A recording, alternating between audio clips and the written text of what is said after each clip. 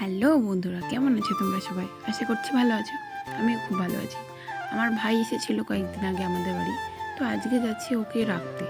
রাখতে বলতে গাড়িতে উঠিয়ে দেবো, ও একা চলে যেতে পারবে। তো রাস্তার দুই পাশে কচুরিপানার ফুল দেখতে দেখতে চলে আসলাম বাস স্ট্যান্ডে। তো বাস স্ট্যান্ডে এসে দেখছি কী একটা অবস্থা ওয়েটিং রুমে, দেখো তোমরা। এখানে বসা যায়? তো জঘন্য অবস্থা, মানে এখানেই বসে বসে থাকবে, আবার এখানেই নোংরা ফেলবে। তো চলে এসেছে বাস, আমার ভাইকে উঠিয়ে দিলাম গাড়িতে।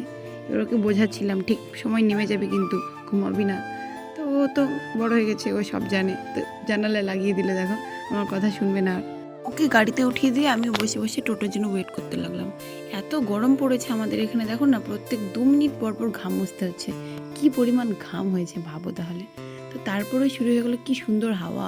আমি বসে বসে ফিল নিচ্ছিলাম। এই হাওয়া খাওয়ার চক্করে না আমার 2টো টোটো মিস হয়ে গেছে। তারপরে 3 নম্বর টোটো আর মিস করিনি, উঠে পড়েছি টোটোতে। সিঙ্গারা খেতে খেতে চলে আসলাম বাড়ি। টাটা।